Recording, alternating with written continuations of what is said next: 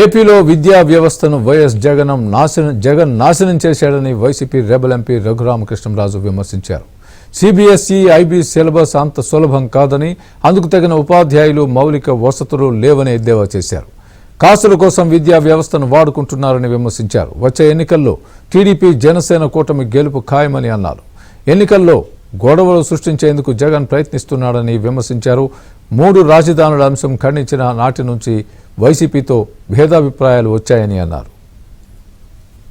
ఓడిపోవడానికి సిద్ధంగా ఉన్న జగన్మోహన్ రెడ్డి డెఫినెట్గా అతను ఓడిపోతాడని అతనికి తెలుసు. కానీ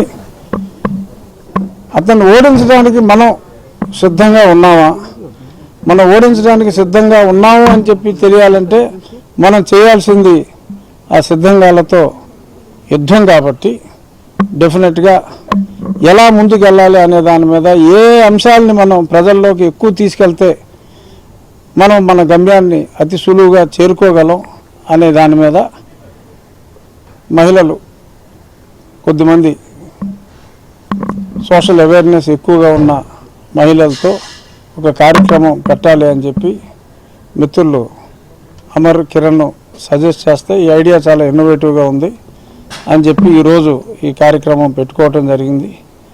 అసలు మన కల్చర్ ఎలాగ నాశనం అయిపోతుంది అనేది ప్రజల దృష్టికి ఈ 40 రోజుల్లో చాలా గట్టిగా తీసుకెళ్ళి ఒక మంచి నాయకుడిని తిరిగి ప్రజా నాయకుడిగా, ముఖ్యమంత్రిగా ఎన్నుకోవాలి అని ఈ సిబిఎన్ ఫౌండేషన్ తరపున చేసిన ఈ యాక్టివిటీ క్షణాభివృద్ధి చెంది గమ్యం దిశగా ముందుకెళ్తామని చెప్పి